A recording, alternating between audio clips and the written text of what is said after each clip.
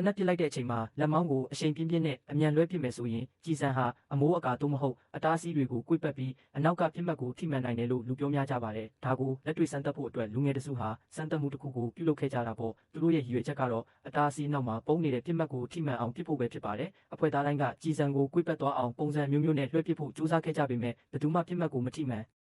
ခဲ့ကြပါဘူး။ slow motion ဗီဒီယိုပြကွက်အရကြည်စံဟာအတိအတိုင်းလျင်မြန်စွာပြန်တန်းသွားခဲ့တာဖြစ်ပြီးလုံးဝကွေ့သွားဖို့အရေးအယောင်တောင်မရှိခဲ့တာကိုတွေ့ရပါတယ်။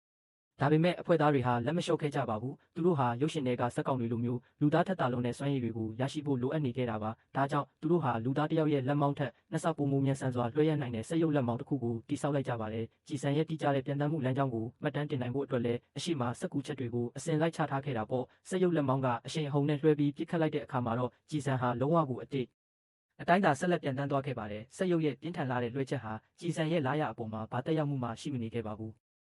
နောက်ဆုံးမှာတော့သူတို့ဟာတနက်ကိုပြုပြင်မူးမှန်ခဲ့ကြပြီးကြည်စံရဲ့လေတံခံနိုင်ရည်စနစ်ကိုနှောက်ယှက်ဖျက်ဆီးဖို့အတွက်ကြည်စံရဲ့ပုံသဏ္ဍာန်ကိုပါပြောင်းလဲပစ်လိုက်ကြပါတယ်။ဒီတစ်ချိန်မှာပြစ်ခတ်လိုက်တဲ့အခါကြည်စံဟာဟန်ချက်မညီပဲရိမ့်ထိုးပြန်တန်းသွားခဲ့ပေမဲ့လည်းဘေးကိုကွေ့မသွားခဲ့ပဲလုံးဝကိုအတိအတိုင်းသာဆက်လက်ထွက်ခွာသွားခဲ့တာကြောင့်ရုပ်ရှင်ထဲကလိုကြည်စံကွေ့ပစ်လို့မရကြောင်းလက်တွေ့သက်သေပြနိုင်ခဲ့ပါတော့တယ်။